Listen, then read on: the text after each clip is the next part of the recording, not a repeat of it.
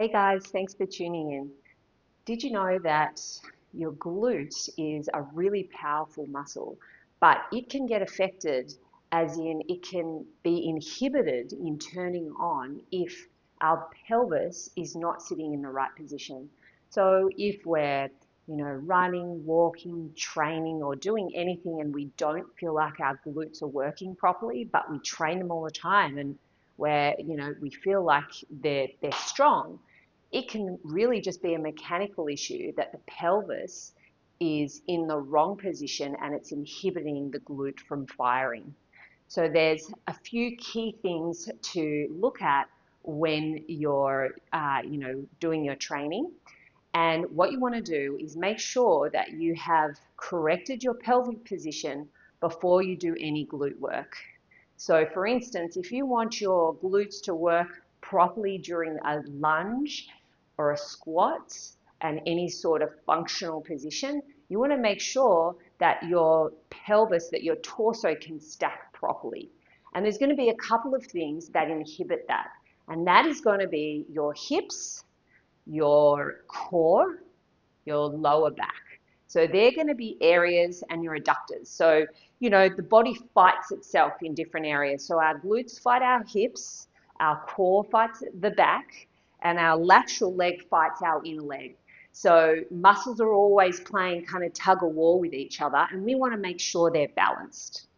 A little bit about myself. I'm Naomi, and I've been a trainer for over 20 years, and I train rehabilitation through to sports performance. I also run. I'm an athlete, and my passion is all about movement longevity. So let's get started. We're going to start today looking at, okay, so we want to fire up the glute correctly. Let's look at the hip first. We want to make sure that we've got a nice open hip. So if you find you're someone that gets tight hip flexors, then your glutes could definitely be inhibited from working correctly because the hips are overfiring. So the first exercise is going to be the hip flexor stretch, but I'm going to show you how to set yourself up properly so that you actually stretch not just the hip flexor, but all the way down through the quad and the TFL that wraps around the side. So I'm going to use a little box here, but you can use a chair or a step or the wall. You're going to put your foot up against on the box, and the knee comes as close to the box as you can, or the chair, and you bring the foot forward. So instead of just coming straight up like this, we're going to come up, and then what we're going to do is we're going to look at stacking. This is the important part. A lot of people set themselves up, but their pelvis, because they're tight, shifts to the opposite side.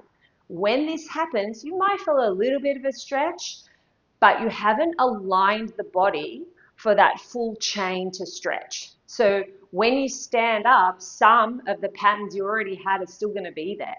So what we want to do is we want to look at the pelvis and we want to shift it so it's stacked over that supporting side. So I'm going to push my supporting hip out to the right side so that I'm fully stacked over the top of my knee. Now, you can place a pad underneath if you feel like it's a little bit of pressure, because this is quite a hard floor for me. So if you are doing it on a hard floor, so you're going to push that hip out. Then what you're going to do is tuck your hip under like this. Now, if you're really, really tight, you might not even be able to get your body up properly. So you might need to take a roller or a box or a chair, something in front of you you can hold on to help you keep your body upright. If you can bring your body all the way up, that's great. You're going to shift the hip out and tuck under. Now, when you do this, you should feel like the stretch has completely shifted to now run right down the center of that quad, which is what we're looking for when we're looking to realign the front of that pelvis. Good, hold it there. Now try the other leg so that you can see the difference on both sides. Bringing the foot forward, and we're going to look at shifting that hip out to the side. So I'm stacking it over the left now and tucking under.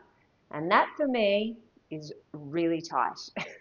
So you might find on one side you're extremely tight, and that's showing that you maybe have a little bit of a rotation in your pelvis because one side of the leg is pulling you around that way. So it's really great to start off by getting into these areas so you can set yourself up for good mechanics. So we're going to hold that there. Good. And then we're going to release. Now, the other area is the inner thigh versus the outer thigh. Now, a lot of people, especially if you do a lot of training, have quite strong outer thighs. So their abductors on the outside, TFL tend to kind of overwork. It's also a hip flexor, so it tends to just turn on a lot just because we walk and sit and all of that sort of stuff. So the adductor is the one that can become weak and tight. So we're going to look at stretching it out first. So we're going to come into an all-four position, but you want to make sure you're stacked. You've got hips over knees, shoulders over wrists, and the right foot goes out to the side. Now, when we set ourselves up here, you've got to make sure you haven't done that, where your hip is out of alignment to your knee. So your supporting hip is stacked over your supporting knee. Your foot is out to the side. You also want to make sure you haven't got any kind of rotation there in the pelvis. So you're aiming to drop that outside leg hip down towards the floor to square yourself off. You hold that position there. Now, if you can go down onto your elbows, and what you're looking for is a stretch through this adductor all the way up into the groin. Now, if you're only getting a stretch here, near the knee, it means that you have lifted that hip up too high and you can't get right up into the pelvis. So there's two things you can do here. You can drop the hip to square it off, but if you're so tight and you can't do that, you can also prop your supporting knee up on a block to give you a little bit more height so you can square that hip off, and then you can work your way into being able to get to the floor. And then let's try the other side. So that's also just telling you that your body is restricted through the pelvis up the top there, and that maybe you have a bit of an anterior tilt. So it's really good for you to get into stretching that out. So you're going to hold that position on the other side, and again, just notice if it's easier to connect with that upper inner thigh. Is it harder? Feels more restricted, and just sort of playing around with it. You can also shift forward and back here slowly. Now, when we're stretching, we want to try not to force positions, but you're trying to really relax, and you want to sort of allow yourself to sit in a stretch. When I say stretch, not a static stretch. You'll notice I'm kind of shifting and moving, or I'm coming down and up, and you'll do about sort of like 45 to 90 seconds, but try not to just be completely stationary. Give yourself a little bit of movement there. It's much better for the body to have some sort of movement during the stretch. And then you're going to bring it all the way down. Now we're going to look at the core versus the back. This is a big one. So a lot of people say, I have a weak core, I have a weak core. Not necessarily. You may have a fairly strong core, but your back is stronger.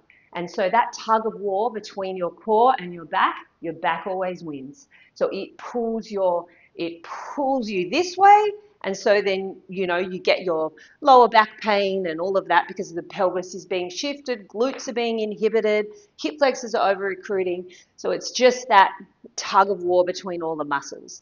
So this exercise is going to be about finding, first of all, we're going to move the lower back and stretch it out, and then engage those deep core muscles.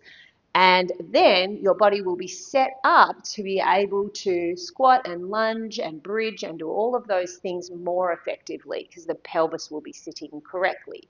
So this one, we're going to start with a good old cat-cow, which you would have probably done before. It's a pretty popular exercise, but what we're going to do differently is, instead of just making it a movement like this, which is what a lot of people do, we're going to try and keep the upper body nice and still. So I'm going to open my chest and hold my upper body in a nice static position and just rock my pelvis.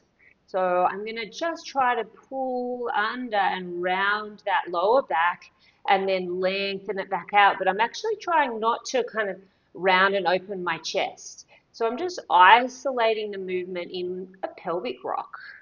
So I'm going to curl, pull in, pulling my belly button up towards, trying to hollow out my lower abdominals. And again, working through this really slowly, because the slower you work, the more you're allowing those lower back muscles to lengthen out and just release through all of those sort of lower pelvic area if there's any tight areas. Good, we're going to do one more. Excellent.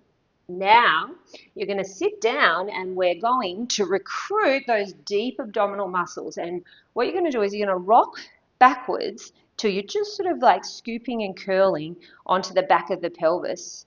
Then you're just going to lift your feet off the floor and hold your position there like that. Now, what you're trying to do here is stay scooped and curled. You're trying to relax your thighs.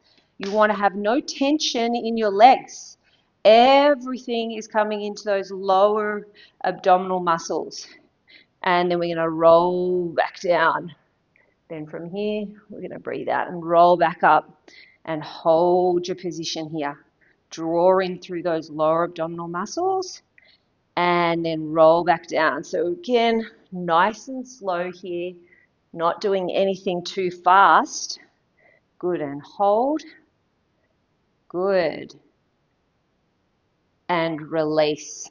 Nice. So with that, we've targeted the quads, the adductors, the lower back and the core, and that is to bring symmetry back in to that lower limb area around the pelvis, so that when we go and do movements such as a hip thrust, we're able to open the front of the hips, engage the back, tilt the pelvis so that we're getting maximum work through the chain, the posterior chain, and nothing's being inhibited.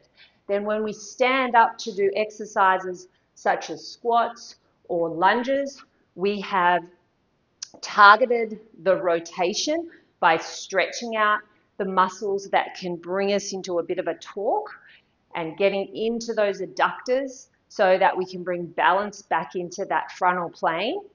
And then when we go and do those more functional or loaded movements, the body's able to find its center a little bit better.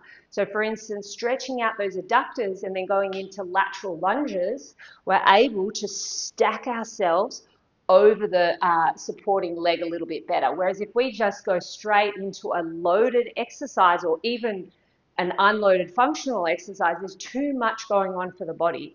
So what we want to do is prime and prep it by targeting the areas that are being inhibited and then working slowly through those and then getting up and going and loading the body.